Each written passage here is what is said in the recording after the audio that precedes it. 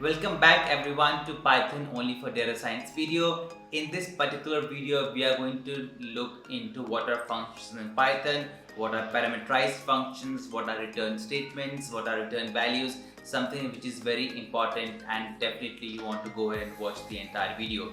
And if you are someone who wants to learn about data science, programming and computer science engineering, then this channel is for you and please consider subscribing. So, as I always say, all this we are going to cover in this video, so coming up.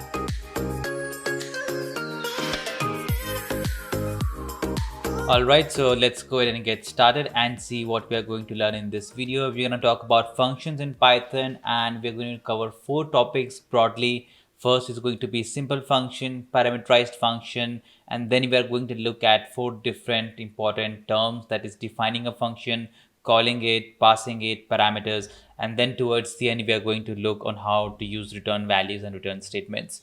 So before we go ahead and get started, let us look what actually functions are. So you must think functions are kind of mini programs, and you write a function just to make sure that you don't repeat a certain line of code many times. And one of the main purpose to use function is to write those group of codes that get executed multiple times in your program.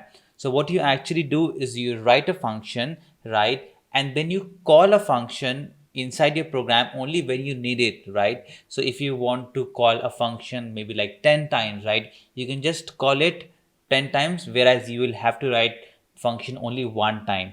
So you write once and you repeat it multiple times, so that's how it saves your memory, and at the same time it also saves your time. But just to understand in simple words, if at any purpose you want a group of code to be executed multiple times, it is actually functions. Now, in Python programming language, we define a function. On your right hand side, you can see by writing the keyword def, then space, function name, followed by parentheses, then a semicolon, and then when you press enter, you get a left indentation. Now this function name can be anything. It can be your name, it can be addition, it can be subtraction, it can be John, it can be in anything.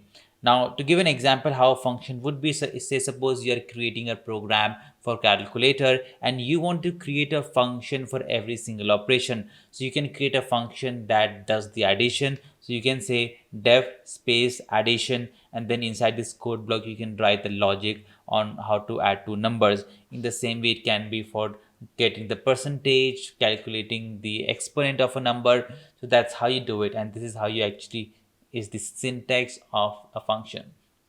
Now if we have to go ahead and look at the very simple function, how do we write in Python programming language, and that is this is how we do it. So in this example we have def keyword followed by hello, which is our function name, then parentheses, then the colons. And when we press colon, see we are inside an intended block, and in this function we have given three commands, that is print command. The first one prints howdy, the second one prints howdy with two exclamation, and the third one prints hello there, right? So how do I actually go ahead and execute this?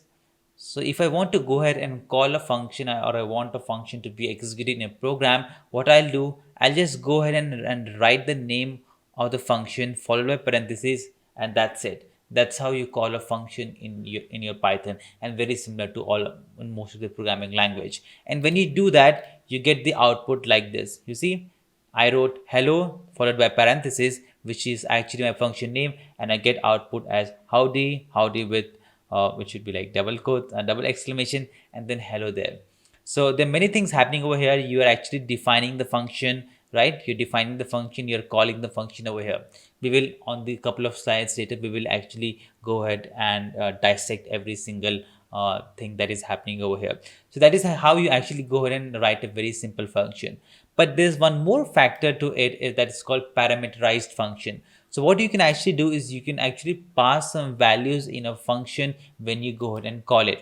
And when you do that, even before you call a function by passing a value, you need to actually mention that the function is going to accept a value. So for this instance, we have def keyword followed by a function name, and this time inside the parenthesis we have a variable called name. Now name is actually a temporary variable that is going to store the value that you are going to provide when you call a function, right? Now inside this function we have print hi, then we are going to print the name that we are going to pass. To understand more, let us go ahead and call a function hello and then pass the values Alice. When this happens, the value of the function gets called hello, and this value of Alice is stored inside the local variable that is called name. So now this name holds the value as Alice, and then it gets printed as hi Alice. Simple. You can see it prints output will be hi Alice. It can be anything. Now if I just type hello Bob, now this variable name is going to hold the value Bob as a variable, and it is going to print hi Bob. Now this is parameters. Now not just one, you can also pass multiple parameters, and not just strings. You can pass even the numerical, right? That is something you will go ahead and learn once you move into actual data science, right? So if you are watching this for the first time, this is actually a series video of we are making Python that is only needed for data science. And as we follow along, we have made few videos, and there are like a couple of more videos coming. And in after this Python video ends, we are going to look at machine learning libraries, NumPy, Scikit, Matplotlib, TensorFlow, scikit-learn, and lot. So just stay tuned for this entire series.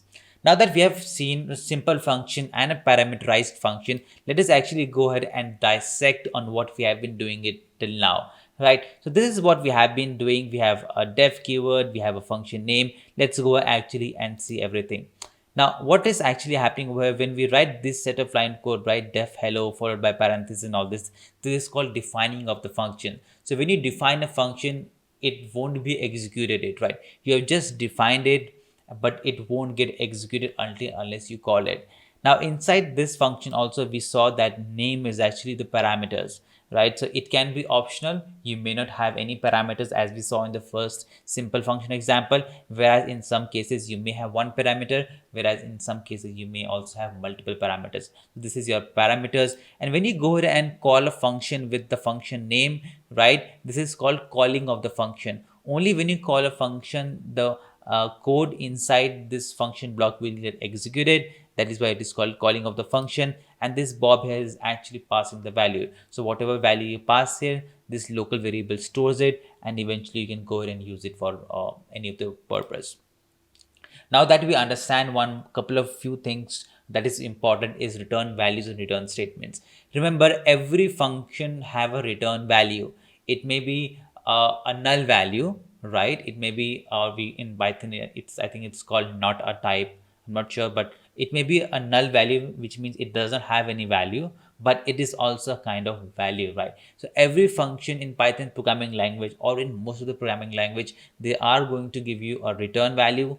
Plus, if you explicitly want to return a particular string or a keyword, you can or a variable, you can also do that in the Python functions. So I'll move to the example. It's a little big, but let's quickly go ahead and see what is happening over here, and we'll go through it. So we are actually importing random library. So random is a library that allows you to get some random numbers in Python, and then we are defining function def. Function name is get answers, and it is a parameterized function, and the variable name is answer number. So right, so when we call get answer and pass any value over here, the answer number is going to store that value.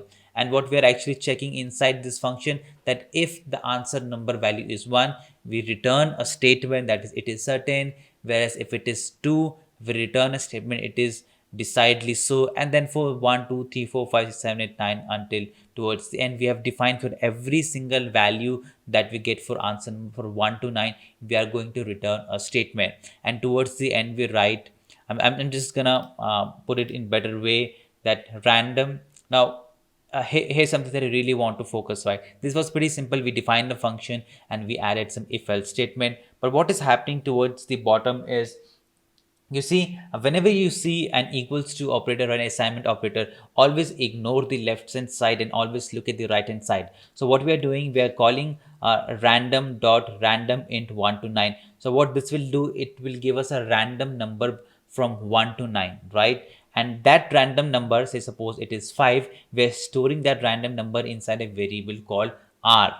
right? Again, in the next line, we have an assignment, key assignment statement. So we are going to ignore what is on the left hand side and look at on the right hand side. So see, we are calling a function get answer, which is actually a function name. We're calling a function get answer and we're passing the variable r. So what is r? R is actually going to store a random variable value. For instance, say suppose the value of r over here is 5. So when we call this function and pass the value of r, which is actually 5, our function get calls. Now the answer number value becomes 5 because that is what we have passed from here. And if we go down, we see if the number asked number is 5, we get a return statement as ask again. And this ask again string is actually stored in a variable fortune. You see, we call a function, we pass the parameter, it goes ahead and find it, the 5 number, and it is asked again later, and then we store it in a variable called fortune, and then we go ahead and print that fortune, and it would actually print ask again later. So that is very simply with the functions in Python. Let me know if you have any queries in the comment section below, and that's it in this screencast. Alright, so that was all in this video. We did talk about functions in Python. In the next video, we are going to look on how you can go ahead and get started working with lists, which is very important if you talk about with the data science, as that is we use lists and numbers a lot. So don't forget to watch the next video of this series, and I'll catch you there. Until then, take good care of yourself.